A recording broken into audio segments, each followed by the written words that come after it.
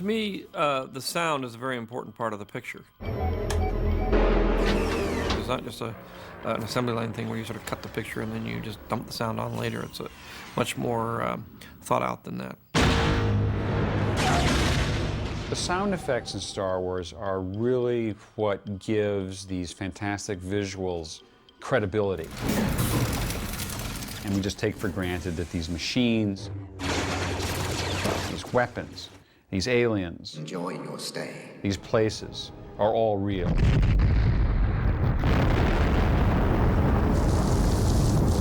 But there always had to be someone selecting or creating the sounds that would be put into the soundtrack. And there's a real legacy there. The recordings live on. You know, we have over 5,000 sounds in the Star Wars library, and I've been recording things since about 1975. And I've kind of kept a mental record of the things we've recorded, kind of a living database, I guess. Quite often I go back to the original tapes to find new material that we've never sampled before. But the stock is breaking down chemically. But we have found they can be resurrected if we place them in an oven, which warms the tapes up and will restore it so we can actually play it on one of our ancient quarter-inch tape machines. You have to learn to bake them correctly. If they're left in too long, you end up with this interesting piece of art. It used to be sound. I don't know. You can use these recordings as a inspiration sometimes for new things.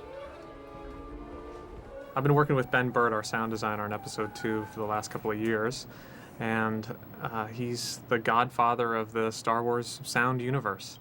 Make sure 6 is done in the first part of April. Most people don't realize all the different sound elements that make up a final soundtrack of a film. Pretty rough right now. Like the Foley and the sound effects and the ADR and the production dialogue. And that process will take about a year before we get to the mix.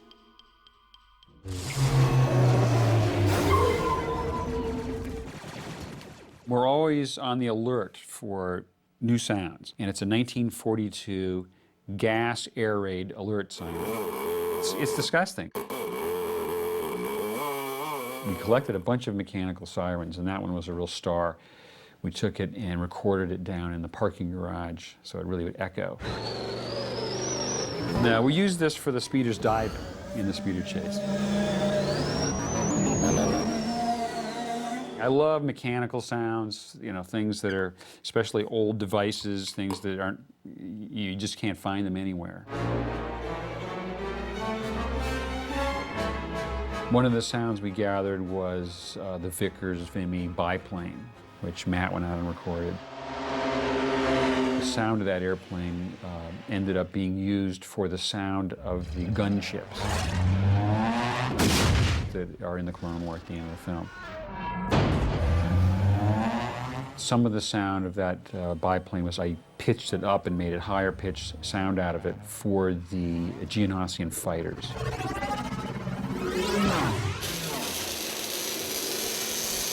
I'm the supervising sound editor. I provide him raw sound effects elements.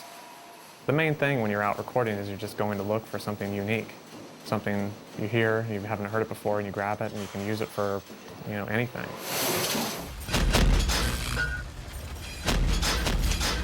The droid factory sequence required practically every bit of machinery we've ever recorded.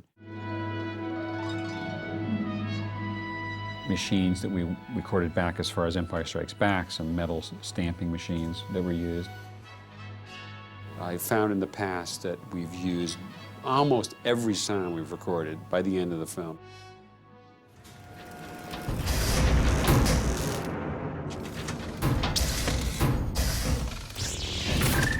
All of those bits and pieces were brought into the sound design room and reworked to create new sounds out of them.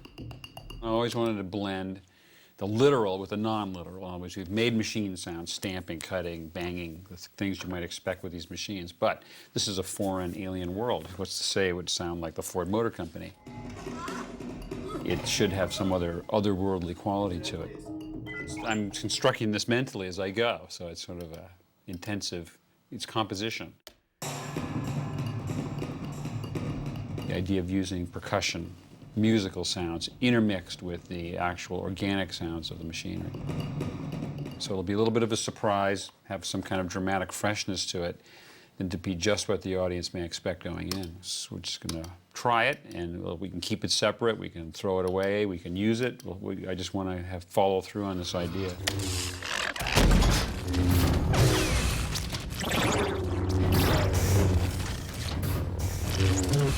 Anakin! How many times I told you? Stay away from park couplings! There's dialogue replacement because the set often can be very noisy. You're crazy. Slow down. If Anakin and Obi-Wan are riding in the speeder, well, there's wind machines blowing on them. The track is just unusable. It's recorded, and then it uses a guide for the actors to come in and repeat their performances to get a clean and intelligible version of the dialogue. Has they all left to come to the ADR session yet?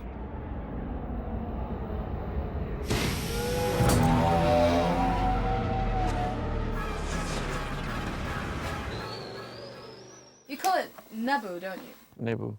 Naboo. Naboo. Naboo. Naboo. Yeah, we just do a wild take of struggles and I can cut that in. It's not like she has dialogue to remember. That's true. It's not dialogue, it's just struggling. It's just struggling. Okay. Here we go. Incredible pair of lungs there. Yeah.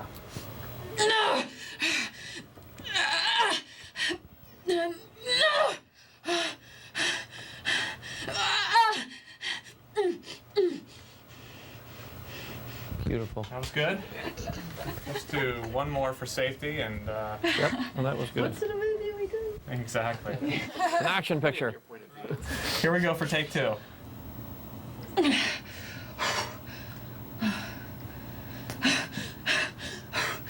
That was good. That was great. Yeah, I think we got that covered. I'm doing I Hit the Ship as well, aren't I? Yeah. Yes, it's all part of the same thing. Here we go. Take one. I hit the ship, but they used a decoy. Fucking nailed the sync on that one. That was great sync. That was great, That too. was great. All Is he happy? That was one's really happy. good. I'm very happy for that one. I want one more for safety and where I think we got it. Sorry, I'm sorry. I need one more. Okay. I'm sorry. I'm just, I'm trying to look out for something. You used to care. I still care. I hit the ship, but they used a decoy. See, now I got so much more to work with. Okay, that was great. I think I'm fine here. You made my night. Okay. You have the digital characters too, which you have to start from scratch. Take 3, buddy. The Padawan is right, and only those who have turned to the dark side can sense the possibilities of the future. On this film, we're going to record something like close to 900 lines of the dialogue. Meditate on that. I will. Or I must. Might as well get 3 in a row, right? Beautiful. I think that's beautiful. I don't. That was take 2 or take 1? That was take two. Well, take 2 is the one. So I think we've done it. Yeah. I think we can go home now. Yeah. May I present Lama Su, Prime Minister of Kamino. And this is Master Jedi Obi-Wan Kenobi. Koya? Aye. Yes? I'm just about done with spotting Lama Su here. So we're going to need to take this. This is the composite reel you gave me from the picture department. I don't have time to send anything FedEx. If you could put it up on our internet server for Sound Firm over in Sydney, so they'll have the same media we have. And then I'll just make sure that the tie line's working, which is going halfway around the world. Okay. How far away are they? 15,000 miles? Yeah, something like that. So the actor's in Sydney, and George and I are going to be in his theater in the main house. Long distance looping. Yeah. The audio is going via ISDN. It's being encoded on both ends to sound CD quality. And then the video is actually, I've got duplicate video on both sides, and I'm just sending control information to both. So I'm not actually sending video. Fett demanded only one thing, an unaltered clone for himself. Curious, isn't it? I have to hear it again. Yeah, I think you had it, you were just one beat too early. Fett demanded only one thing, an unaltered clone for himself. Curious, isn't it? That was really good for the whole thing. This is the best we've ever had it in terms of the setup and the quality, and the Yeah. ability to actually do it. And Yeah. this works amazingly well considering that they're in Australia and we're here.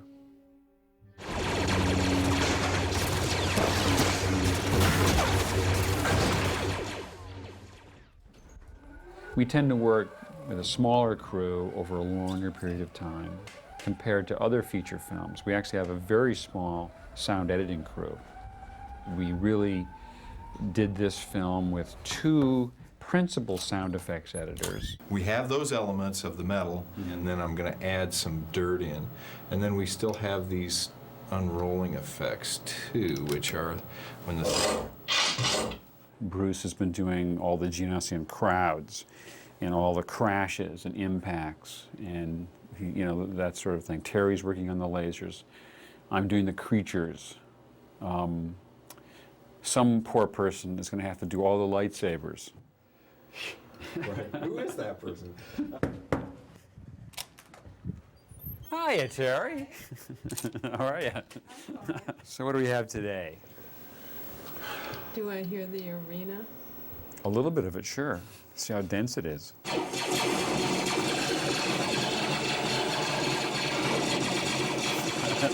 No, that's not enough lasers. Wow. See, they'll probably be shooting in those marching shots. You know, I just don't know, but that's great. There'll be more lasers in this than ever before in any Star Wars movie. Density. I think so. Very good. So I'm off to my next round. Keep up the good work.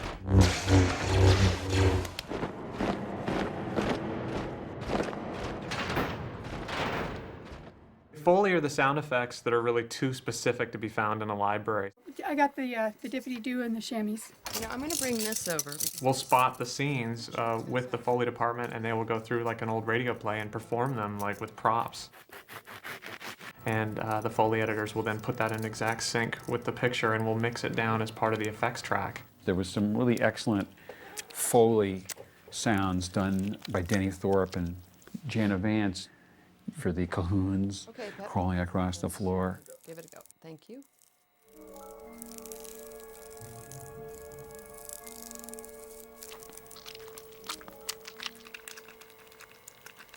If it's asteroids exploding and, you know, rocket ships flying by, that wouldn't be us. We carry the reels that have a lot of people that are moving and walking and doing stuff. It just gives an added level of realism to the scene, especially if you're dealing with digital characters that have no sound whatsoever.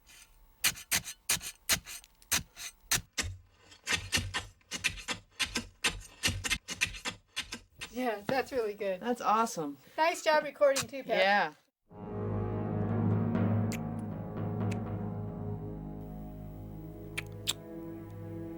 That one was not so good. Maybe let's make them like a little like parting, because there you can see that they're still together, and that they're going to come back together, and then we'll get another one. But we got to make it sound, you know, passionate. Okay, we're all set. Let's let her rip. Can't rip anymore. It's not film. Yeah, that's good. Ben, you're sweating. Is that an elbow kiss or a forearm kiss or? You know, you have to kind of know what you're doing with your hand. Okay, I don't want to know. It was great. Yeah. Thanks, you guys. All right. Let's go to the next thing.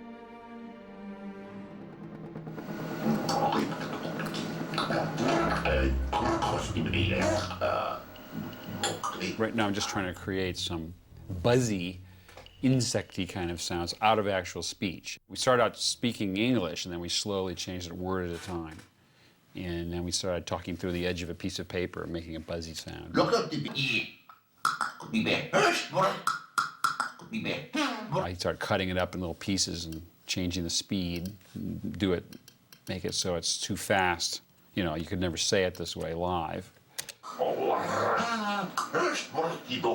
We talked about the idea that since Poggle apparently has 2 mandibles, he has an up and down and a side to side, like a grasshopper, and that if I make this sort of buzzy thing, he would go, he would kind of do that with a funny little animation with part of his mouth it's and good. talk. It's important that this be articulate like this, Yeah. because I think it is reasonably articulate. I mean, this is the most organic in terms of it's not pitch changed or anything, so there's Right. no electronic aspect to it. He said, "We have no choice but to order our retreat." Okay, he's more emphatic So about he's it. much more emphatic about Yeah. it. But it means you should really see it. As long as you keep them not going on simultaneously. Right. Like they can butt against each other, a word can form into that. It sounds great.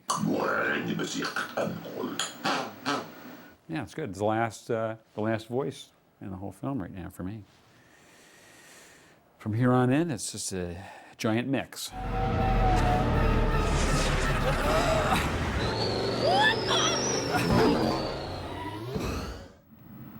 Can't believe we're here finally. My job is to work with the editors to make sure that we get all the elements of the film, like the Foley, the sound effects, the replaced dialogue, the production dialogue, and the sound design, and to make sure that they get all of those elements into sync with the most current picture, and then we bring that to the mix. The final mix lasts for about a month on a Star Wars film. We go into a dark room every day, and we listen to every sound and every bit of music and every bit of dialogue, and we inch our way through each scene, sometimes only completing a few minutes a day. He can immediately decide whether he, wants some major changes of some sort, often tearing things apart and putting them back together a different way until we find something that really satisfies us all and will satisfy George Lucas. Gary and Ben are in charge. There isn't anybody else who has any power over here. The first day of the final is always unknown. You never know what's going to happen until you start running it all together. The whole problem is that we haven't heard, Michael's done the dialogue, he hasn't really heard everything that we've done in effects, we haven't heard the music at all, so it all... Throw it all into the pot right off the bat and then sort it out. Sometimes it's a surprise how it all sounds together. It's kind of like brainwashing in a way. You go in and you're in the dark, there's loud sounds, there's one source of light on you. The pop. Boop! Oh, everybody stood up to attention. You hear things over and over and over again.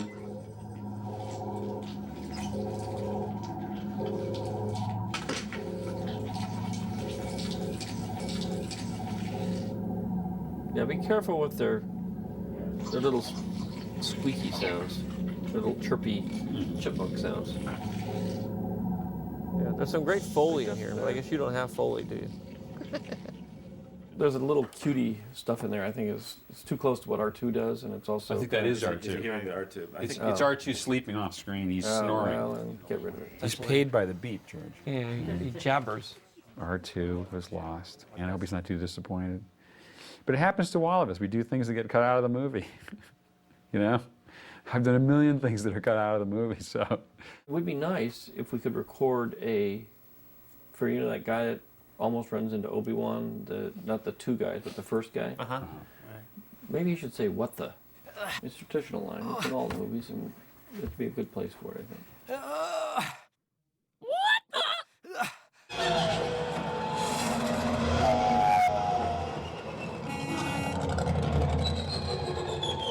I love that horn. Oh, the beep beep, the tucker.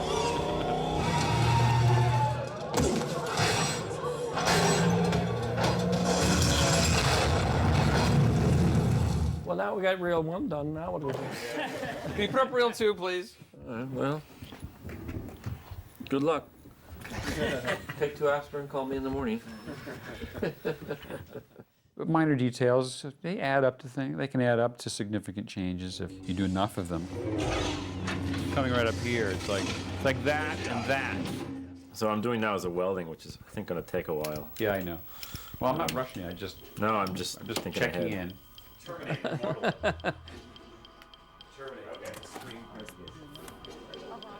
Good morning, Mr. Burt. Cookies. Who's got cookies? Okay. I guess we're on effects.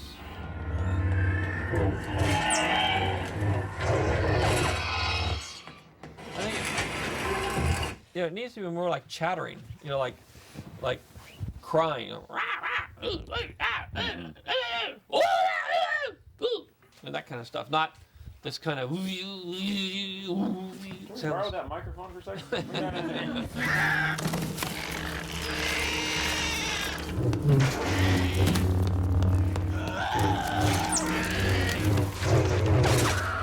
Wait till you hear the Droid Factory. There's a real collision of A cacophony of craziness? movie styles coming together.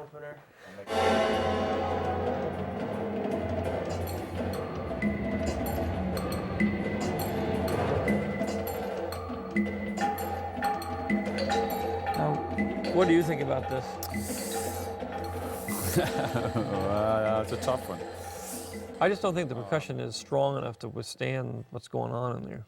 I think we should just alternate. replace the percussion part with effects. In actuality, some of the musical sounds that I had made for the Droid Factory, the drums and things like that, were dropped, but the idea was sort of reborn in the monster fight. Rhythmic sounds that acted as a response to events on the floor of the arena. Horns, as if it was a sports, a wild sports crowd blowing horns and chanting.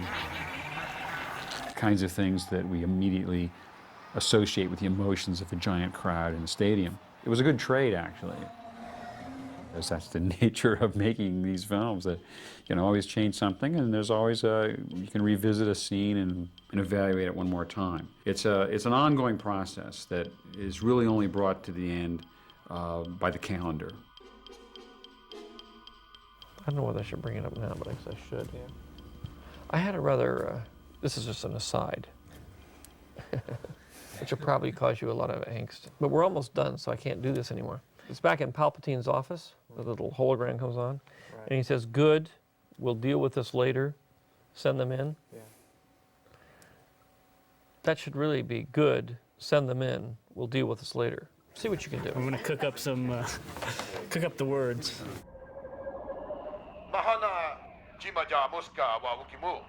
Good. Send them in. We will discuss this matter later.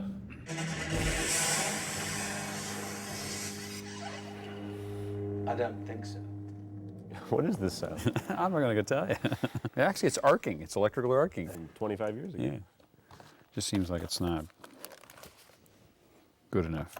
There's always a point toward the end during the final mix that I can actually sit down and address the absolute final details, and that adds what I would say the final accent to a moment in the film.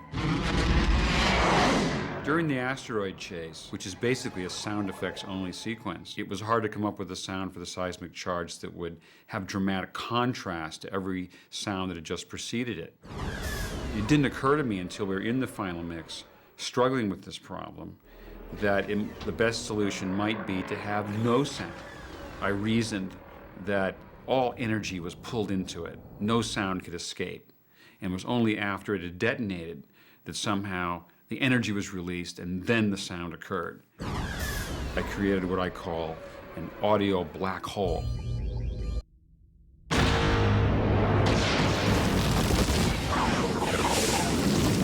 Certainly at this point, it's just going to be minor details that are changing. We'll shape the reels all together as if it was final and then play it for him again, and he'll decide. Understand that it basically creates a vast amount of havoc at this end if you make changes after the mix. Yes, it's a little complicated. It's inevitable, George. You've done it every time. Yeah, it's you know, what would it be without a sync change in 7? We wouldn't feel right. Every filmmaker feels that as long as there's time, A couple of shots. there's something they can do to improve the movie. New animation or something? Well, no, we made some changes on the Monaco one, and they hadn't gotten into the deluxe one because they were trying to go so fast. But I said, no, go back and make it right before you make the printing masters. You know, there's a reason why we improve a shot. Right. And then it's just traditional to work until someone just takes it away from you.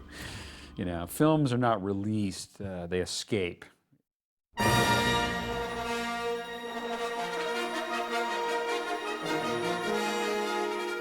Amazing. I know. It is. It's amazing to see it. I know, sure. That was the first time through the whole movie. Yeah, it's like, and, this is normally what people get to see at the first rough cut screening. Yeah, I know. I cannot look at it and just sort of think of all the hours, you know, just that we've lived with this for 2 years. Yeah. And it's a matter now of meeting or not meeting expectations. That's that whole factor you can't predict. Hey, we're beyond that now. We finished right. it. It's a movie. We're done it. We did it. We did our part.